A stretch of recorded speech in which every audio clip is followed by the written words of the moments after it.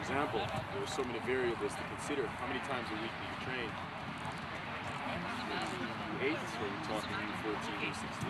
These boys here are mini pros. I was a professional at 17 years old. Probably 16. I was training with the pro team at 16. So we were doing men's stuff. You get my point? Does that fit your U14 competitive team? Maybe not. Maybe so. But I always feel like whatever the group is, always do the right thing. So the level is house league, we call it back home. House league is more competitive. It doesn't matter. They've got this base, fitness, enhance them by giving them the right stuff after that. Okay? Before we get into this, it's very important to understand that you, the coach, can injure your player if you're not doing proper physics. You can injure your player, right? Coming off the winter season, for example, first day of training, you set up all these fancy looking cones, red, blue, orange, and all of that. You get them jumping and hurdling. We're doing plyometrics. Plyometrics is a thing that converts power. So it's power that you built in the off season, and when you come to preseason, you convert that into strength endurance. So now you can push on and do these combination of aerobics and anaerobic work, where there's sprints, there's recovery, active, but there's sprints over distance. Plyometrics are extremely important for us because it builds that power, it converts the power. But if you're not prepared as an athlete to do plyometrics, then you put them in an environment to injure them. It's like they come off, they're falling out of the sky, you're telling them to jump and ask their bodies to do things that they're not prepared to do. So it's so important, and off the top I'm saying this fitness thing, it's evolving, it's changing, philosophies and all of that. But some simple principles always remain. You've got to be prepared to do certain things. You can't go to step 3 without starting at the foundation. There's foundational phase, maximal phase, there's conversion phase, and you're ready. That's why training camps and professional ranks last 6 to 8 weeks. And it's day to day. It's 5 more minutes each training. We're going to do some stuff here. It's not going to be, won't kill them. So I set up some variables in terms of fitness, and there's going to be comments. I'll be speaking a lot. First thing I'll start with the run around, and I won't let them do the whole completion, but I'll let them start and then just get an idea of what we look for at this age. Who coaches U8? 9, 10, 11, 12, 13, 14, 12. What do you got? 16. Well, that's your group? That's my group. Okay. U8. Really? It's about coordination for them. So some of the stuff we will do here applies. But fitness, not a high element, not a high requirement.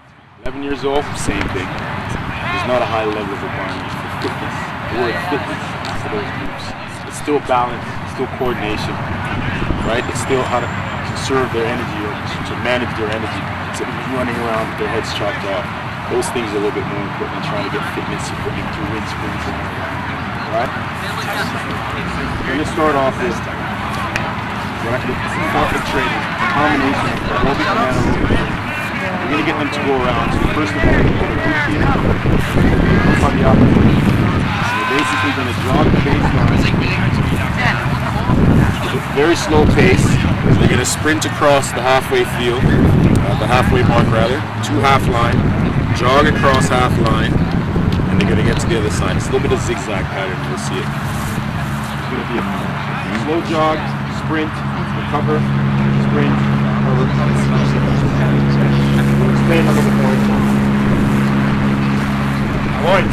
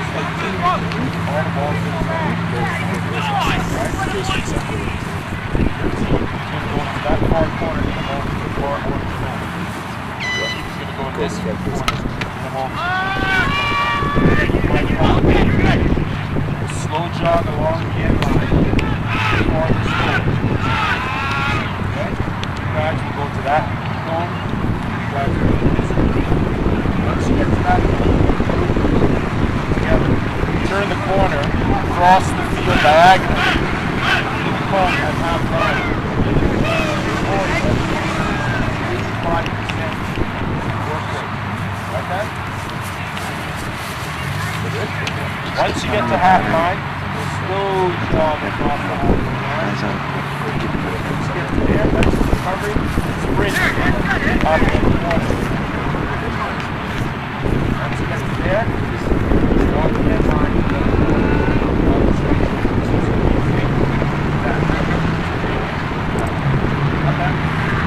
You got it. Jog to that point. It's a zig and a zag. And I'll instruct you what you want there. From here, it's a slow jog to the end.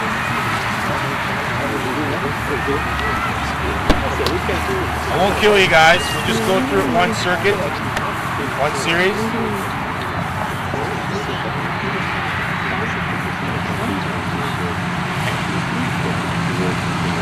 Okay, again, in a group to the furthest orange cone, slow jog.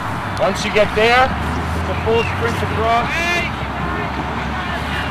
to the blue cone on the furthest side of the half.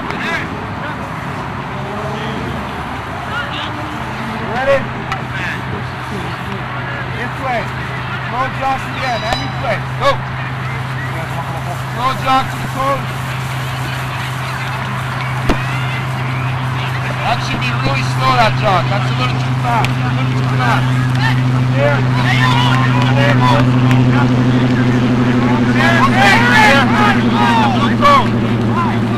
Turn right across the half line. It's still run, man! Go on that side. Stay on one side, go on the other side. One side of the half. Recovery jog there. From there, you're turning left. Far corner, boys. Corner there.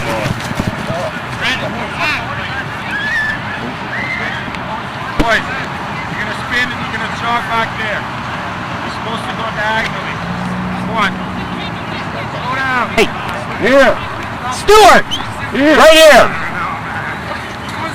Can you maybe change the leader? Stuart, it's a cross diagonal sprint.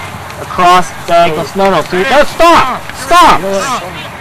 You're going that way. Yeah, he's sprinting that way. Okay, Stuart, go. Stuart, good morning, get over there. Turn left, slow jog. Long coat. Let's go, Stuart. Okay, close to it, man. He should never be in front. No. He's under pressure now. Turn right to the furthest corner, diagonally. Wrong corner. Go down.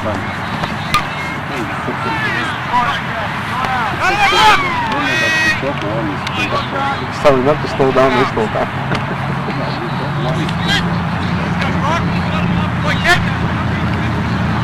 Here we go. One more. There. Turn right.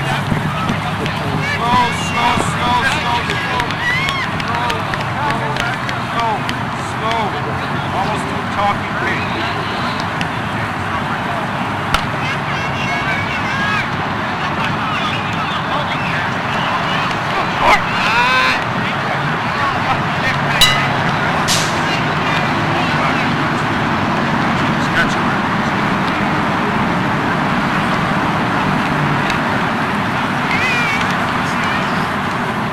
Fine, they're confused. We get it sorted out. It's not a problem. The recovery jog, it's slow to a walking pace. It's slow because we want them to put in that work when they get across there. All right, that's about 50 meters across. So we want to put in that work. So when they're recovering, it's slow to just above a walking pace because we want them to recover. Okay? At this rate, we're looking at about 85% max minimum for their heart rate. Okay? So the worker, they got to put it in. They're not going 100% full out. They got to be going at least 85%. Okay? Anything less, kind of wasting our time. That's why the recovery at this phase is very, very important. I don't want them running full speed at the recovery. I want the word here. Okay? The recovery time is just as important as the word time. Right. How many circuits do you do? This year, the whole thing here, because this is an element of anaerobic, so you don't want to be here too long, and it's an intense anaerobic phase. So we're looking at anywhere from 5 to 20 minutes out here doing all of this. So you can come out and set up. I've got 4 sequences plus the 2 full field exercises. We'll do the next full field one, and we won't kill them. But you don't want to be out here more than 20 minutes doing this thing. Okay? Anywhere from 5 to 20 minutes. Again, it varies to your group. The older the group, obviously, the higher the more time you would spend out here. Okay? 8-year-olds, 9-year-olds, don't even think about that. I will show you some of the elements in the cones that are very relevant to the younger ages, just in a moment. Okay? Okay. Got your breath?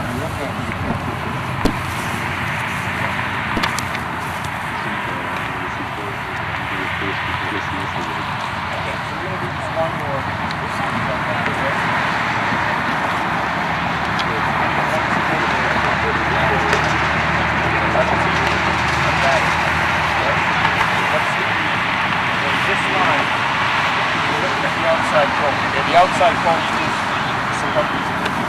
Look inside of it. Furthest cone line the field. You see those? Okay. See when you're running over here? You see that cone here next to the blue cone here? See this right here? Little hole there, so stay on the outside of that. Okay? What's going to happen is this. You're going to jog to half line, which is the blue cone. One group will start here, the other group starts there.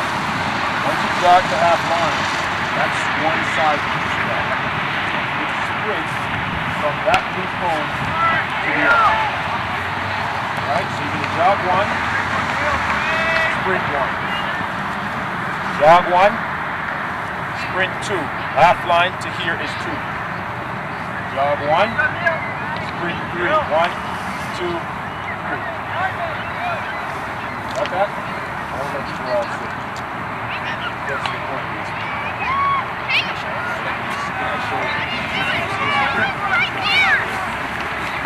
You don't think I can do that?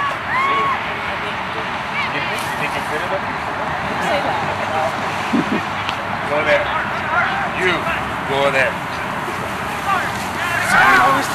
Okay, so first you run 1, then shoot him. Jog 1, sprint 1. I won't let him do all 6. It gets to the point where you end up running all 6. Again, the recovery here, extremely important. They get their heart rate down, it's active. You want to keep their heart rate elevated, obviously. That's why you have that active recovery. But it's very, very important that they get down, because once they do the runs, their heart rate is so elevated that they need that time to come right back down. Okay? Okay, slow jog 1 to half line. Go. Slow. Half line, it's a sprint there. Slow jog across the end line. Slow jog across the end line. Slow. That's too fast.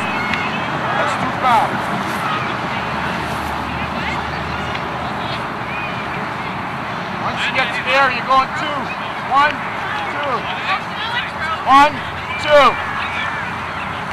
Stay on the outside of the cone. Slow jog. Jog 1. Once you get to there, you're going 3. 1, 3. You're going to the other corner. Stay on the outside of the cone. Outside of the cone. All the way to the far corner, boys. Straight. 3. Keep going. Other corner. Slow jog to there. You guys just turn around and come back here. Slow jog. Well done. Good. It's good. Just walk.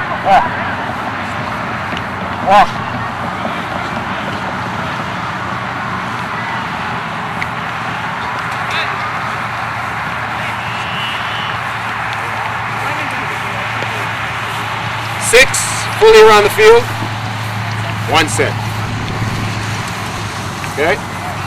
After that, I'd get in some ball work and get away from that after that. That's not exciting stuff. Okay? That's boring stuff. When I was a player, we did that stuff. I'll show you another thing we did that was a killer. I'm cutting it to half line. What we used to do before full field. Hated that stuff. But this is the benefit. Alright? Now, let's get into the fun stuff where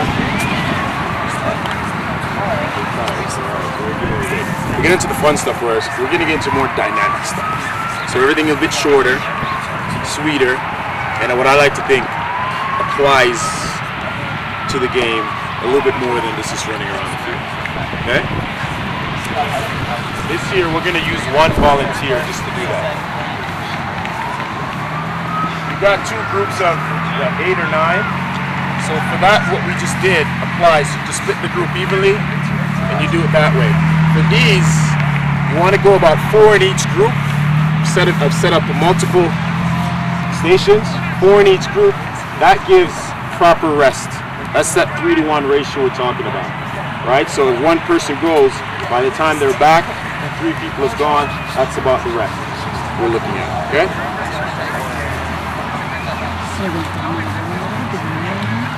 Where's the guy that thought he stood at me?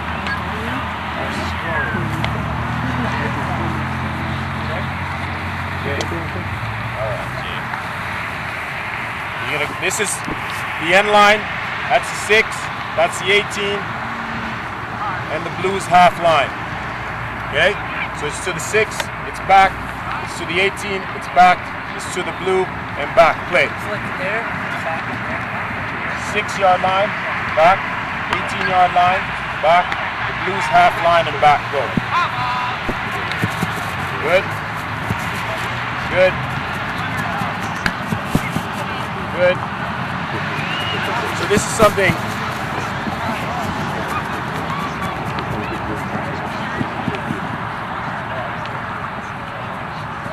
well done.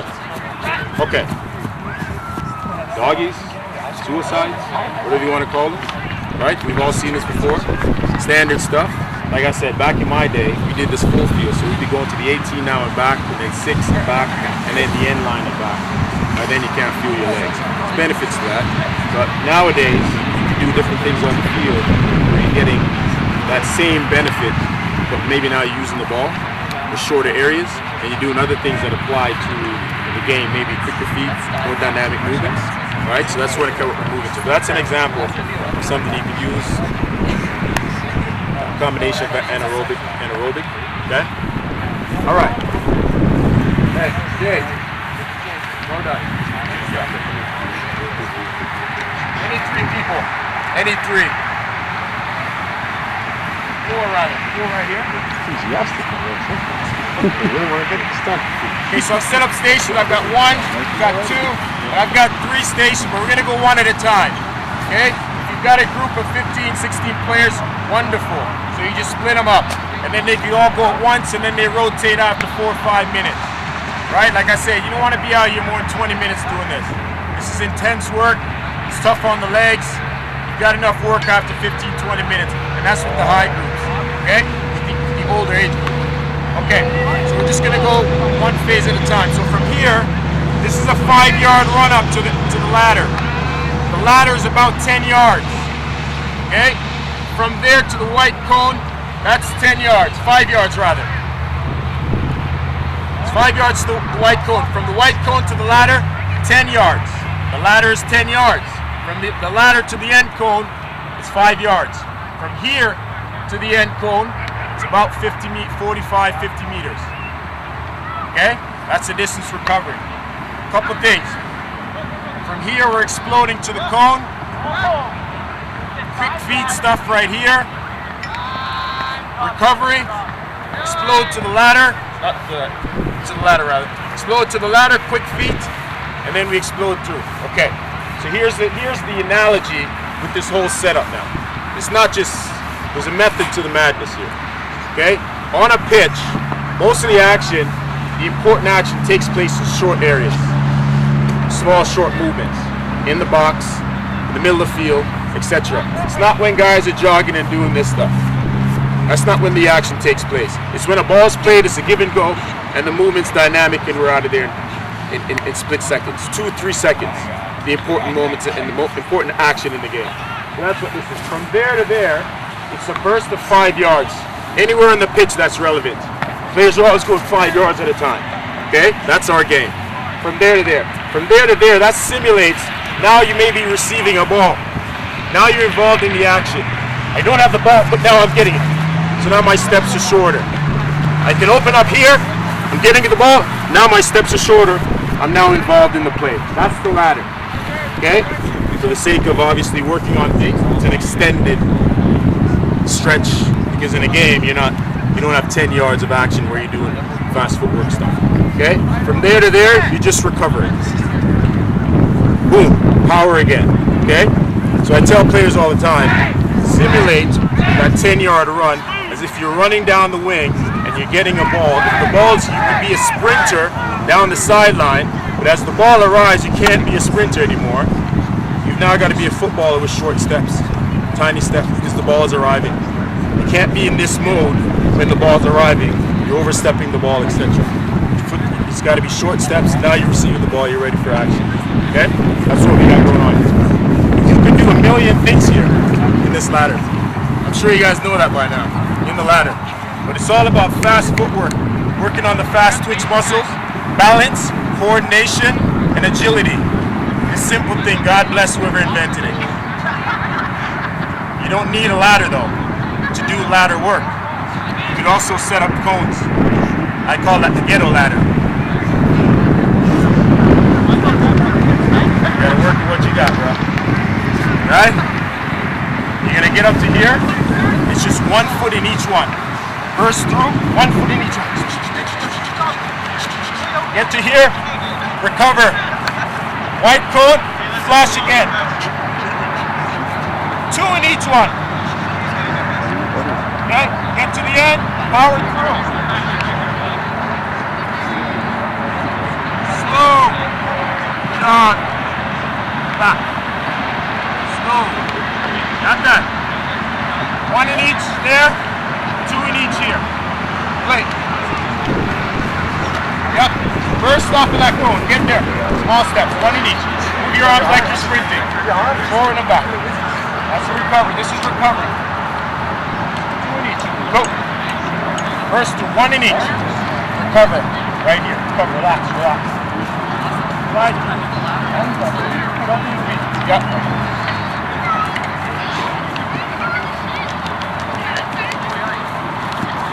Recover, recover. Slow down back.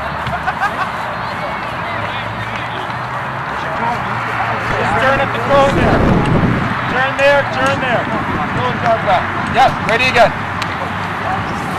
It's about a 40-second. This is about a 30 to 40-second sequence. It's about a 30 to 40-second sequence. By the time they get back, it's time to go again. Okay, again, the jog back. That's a good pace jogging back right here. Active recovery. By the time he gets back, his heart rate should have dropped. He's ready to go again. Okay, again, this you've got 3 sequences set up like I've got. 5 minutes, rotate. Continuously they do this. Because they're working, heart rate goes back, and away they go. We're gonna move on. Well done, boys. 3 more. 4 more players. Touching cones, right? We're doing something that applies in the game where the movement is forward, something's back. That applies more in the game than running there and running there and running there and running there. Okay? So we're gonna get to the cone. Burst to here, that's 10 yards. 2 yards in between cones. From there to the orange is another 10 yards. Okay? So I want to work on technique here, sprinting. Boom, get up. As I get to the cone, around, burst, around, burst, around, burst, around, burst. Get to the end, shoot through there. Slow jog back. Play. Play.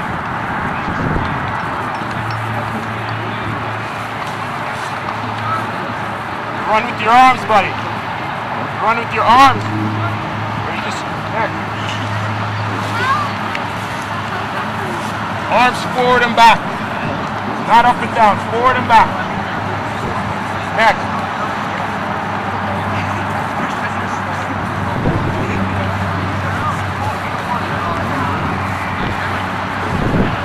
Next. Look at his arms. No one uses their arms when they do this. But they need to. It's the same. There's nothing changing. It's a running motion. So they automatically think they're just being focused on their legs and they just want to be focused on the exercise, but they forget to do the proper techniques of sprinting. Stop there.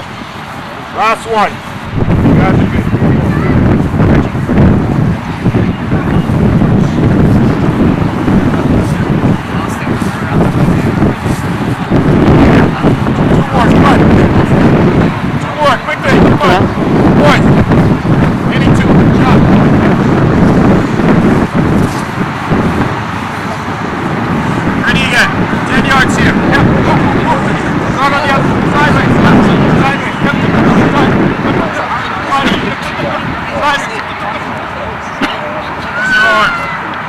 Like this. Work with your arms. Sideways, your feet don't touch. Okay? Get down in posture like you're powering through. Play. Arms. Side, get down. Good. Bring that quarter. Good. Next.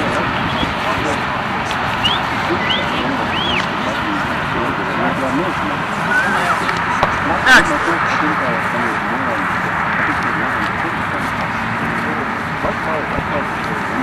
Next. Slow jog back. Use your arms, Josh. Forward and back with your arms. Not up and down. Forward and back. Power through. Good. Bring it in. Okay. Come on up. Bring me a ball.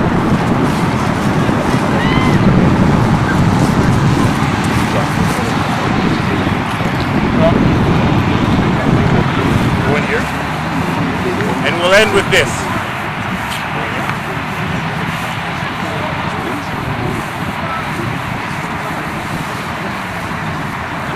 Let's go. See that go next, go in line with you. Right here. Good.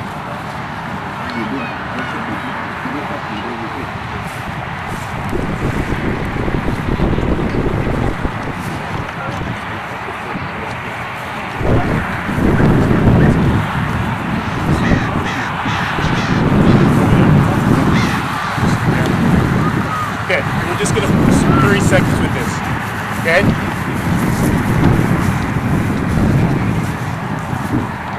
If you train once a week, you got to maximize your time. So you can't have a training session where you're out there for 50 minutes and 20 minutes is spent time just running around. Where's the ball? This is really the biscuit, isn't it? Okay, every player wants this, trust me. As a player, we used to hate to see the ball put in the back room. Where's it going? Where are they taking the damn balls? Where's it coming from? Ball. So, the same benefits that you can get from a lot of these doggies, sprints, is the same benefit you can get from playing a 2 against 2 or 1 against 1 in a grid right here. A small grid, 15 by 20, 2 against 2, 1 against 1. For 30-40 minutes. That drill with the ladder is not 30-40 minutes, rather 30-40 seconds. The drill with the ladder is a 30-40 second sequence, but there's no ball. If I put a ball here, 30-40 seconds, now all of a sudden we're working on pairing. Maybe it's combination they're working on, maybe it's the defensive aspect, but either way, they're getting that physical benefits that you would get from a ladder. Okay? We're going to play on the outside for 30 seconds. We're going to play blue and you and you and you. You play with either team that gives the ball to you. 2 blues are together, the 2 light blues together in the middle. Here's the grid. So small it is. You're outside. You're outside the grid. You're outside the grid. You're outside the grid. You're inside the grid. There's 2 blues in the grid. The 2 dark blues are together. 2 light blues together. Possession. Use them to keep the ball. Use each other in the middle to keep the ball, but you also use them on the outside. You give it to whatever team plays with the ball. Stand. One touch maximum outside. You guys are free inside. Play.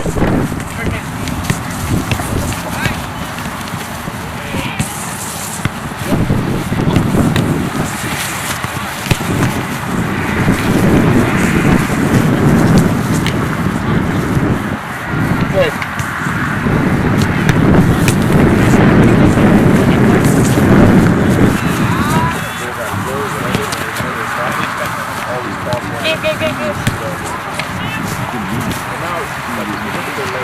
Wait till outside. Next turn.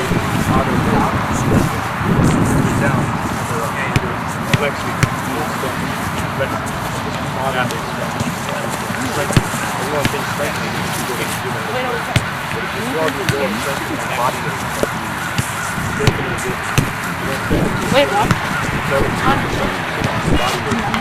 Same kind of J might be right here. And stop. Lloyd, well done, thank you. We'll leave it there. Back to the start.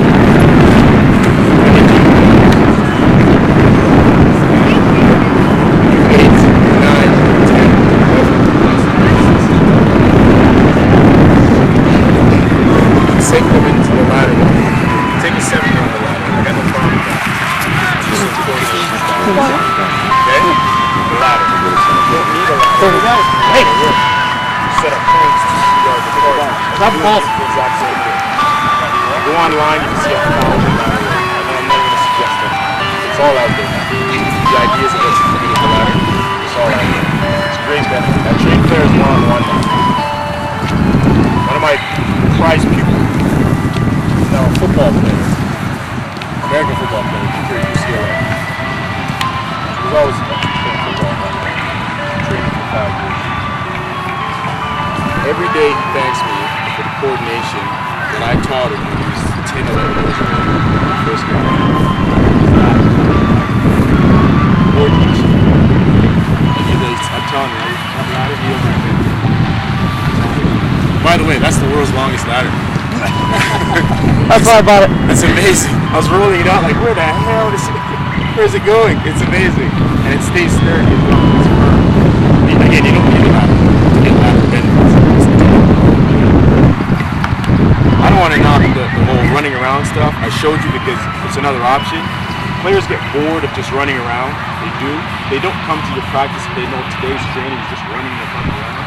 Excuse my language. So use the ball as much as possible in those elements. 3v3s, 2v2s in small areas, wonderful. And you're getting unbelievable benefit. Those are exercises that teaches the kids themselves in a way. You learn movement. You learn how to open at angles. You don't have to say a word. They'll figure that out in that area. Trust me. Right? Yeah, okay, after a while you alter them, show them how to tone their bodies and all of that. The 3v3s, 2v2s, and they get their heart rate up. If you ever tried that, you know what I'm talking about, how the heart rate just shoots up. But again, it's variations. You want to keep it fresh for them, exciting, challenges.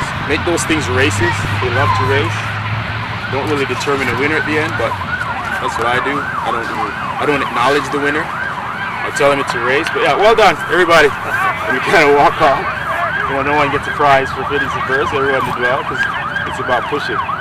So again, as much as possible, try to involve a ball. Like even after the ladder at the end, instead of them sprinting to the end there, or if they do sprint to the end, you could be there with the ball.